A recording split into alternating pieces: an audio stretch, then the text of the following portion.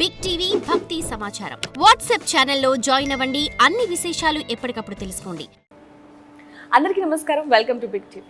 ఎన్నో ఆధ్యాత్మిక ప్రశ్నలకు సమాధానం చెప్పడానికి ఇప్పుడు మనతో పాటు ఆధ్యాత్మిక గురువులు జ్యోతిష పండితులు హరికృష్ణ ఆచార్యులు గారు మనతో పాటు ఉన్నారు. వారితో మాట్లాడదాం. నమస్కారం గురుగారు. గురుగారు, అనేక మందికి అనేక సందేహాలు ఉన్నాయని చెప్పొచ్చు. ముఖ్యంగా డబ్బు విషయంలో చాలామంది కూడా డబ్బు ఎంత సంపాదించినా కూడా నిలకడగా లేదు, ఖర్చు అయిపోతుంది అంటూ ఉంటారు. దానికి గల కారణాలు ఏంటండి అసలు? అంటే ఇప్పుడు ముందుగా బిగ్ టీవీ ప్రేక్షకులకు నమస్కారాలు. శ్రీ గురుభ్యో నమః. శ్రీ పడగండ్ల వెంకటాచార్య దేవతాభ్యో నమో నమః.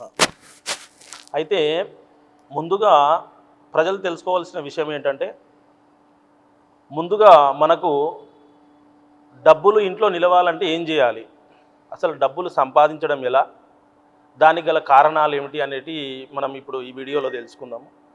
ఏంటంటే ముందుగా మనము ఇంట్లో లక్ష్మీదేవిని ప్రసన్నం చేసుకోగలిగితే ఆ యొక్క డబ్బు మన ఇంట్లో నిలవడానికి అనేకమైనటువంటి పూజా కార్యక్రమాలు మనం చేసుకోవచ్చు.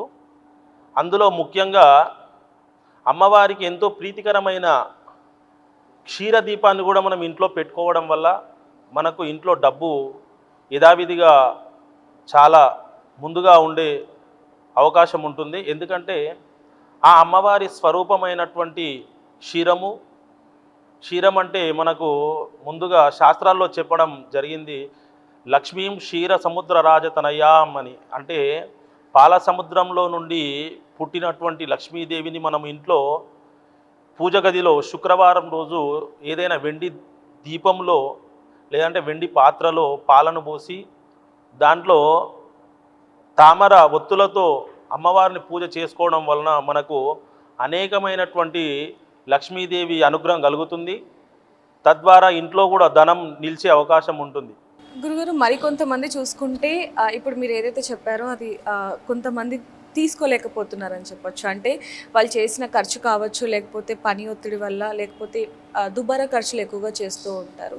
దుబారా ఖర్చులు చేయకపోయినా అంటే మేము సేవ్ చేస్తున్నాము అనుకున్నా కూడా ఎక్కువ ఖర్చు అవుతుంది అనుకునే వాళ్ళకి ఏం చెప్తారు?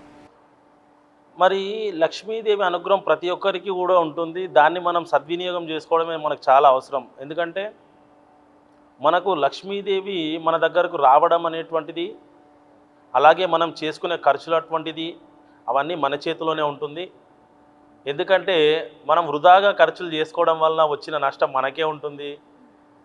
అలాగే మనం సంపాదించిన ప్రతి ఒక్క రూపాయి వెనకాల ఉన్న కష్టం కూడా మన దగ్గరనే ఉంటుంది. ఎందుకంటే మనము అమ్మవారి స్వరూపంగా కొలిచే ధనాన్ని మనం సంపాదించుకోవడం చాలా ముఖ్యము. ఈ రోజులలో అది చాలా అవసరం కూడా. ఎందుకంటే అమ్మవారి యొక్క శక్తి స్వరూపాన్ని మనం కొలిచి ఆ యొక్క ధనాన్ని మనం సంపాదించినప్పుడు ఆ యొక్క అమ్మవారు మనకు జీవన శైలిలో ఉన్న ఆర్థిక బాధలను తొలగించడానికి ధన రూపంలో మన వద్దకు వస్తుంది. దానిని మనము ఏ విధంగా ఖర్చు పెడుతున్నామో, మరి మనం ఏ విధంగా అమ్మవారిని మనం మన దగ్గర దాస్తున్నాము అనేటువంటిది చాలా ప్రామాణికంగా చెప్పుకోవలసిన విషయము. ఎందుకంటే ఈ రుణ బాధలు అనేటువంటివి చాలామందికి ఉంటాయి. సో ఆ రుణ బాధలు కూడా తొలగించుకోవడానికి దానికి అనేకమైనటువంటి పూజా కార్యక్రమాలు, మార్గాలు కూడా ఉంటాయి. అవి తెలుసుకొని మనం పూజా కార్యక్రమాలను చేసుకోవడం వలన ఆ అమ్మవారి అనుగ్రహము, రుణ బాధలు తొలగిపోయే అవకాశాలు కూడా ఉంటాయి.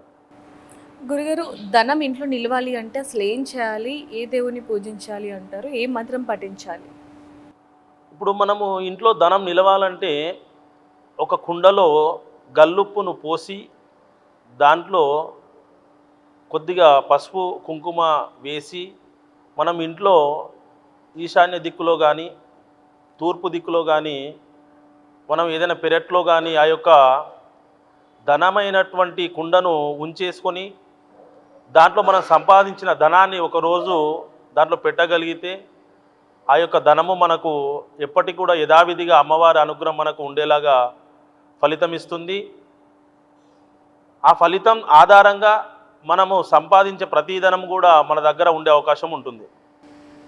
పఠించాల్సిన మంత్రం ఏంటంటే అమ్మవారి యొక్క ధనాన్ని సంబంధించి మనము పఠించవలసిన మంత్రాలు అనేకమైనటువంటివి. అందులో ముఖ్యంగా అమ్మవారి యొక్క శ్రీ సూక్తంలోని ఫలశ్రుతి ఇలాంటివి పఠించగలిగితే మనకు అమ్మవారి యొక్క అనుగ్రహం కూడా ఎప్పుడూ ఉంటుంది. దానిని పఠించే విధానం కూడా ప్రతి దేవాలయంలో ప్రతి ఇంట్లో కూడా చేసుకోవచ్చు. తద్వారా అమ్మవారి యొక్క అనుగ్రహం మనకు ఎల్లవేళలా మన పైన ఉంటుందని చెప్పుకోవచ్చు. గురుగారు, ధనం ఏ విధంగా ఇంట్లో నిలవాలి అనే దాని గురించి చాలా చక్కగా వివరించారు. ధన్యవాదాలు. For more videos like this, subscribe Big TV channel.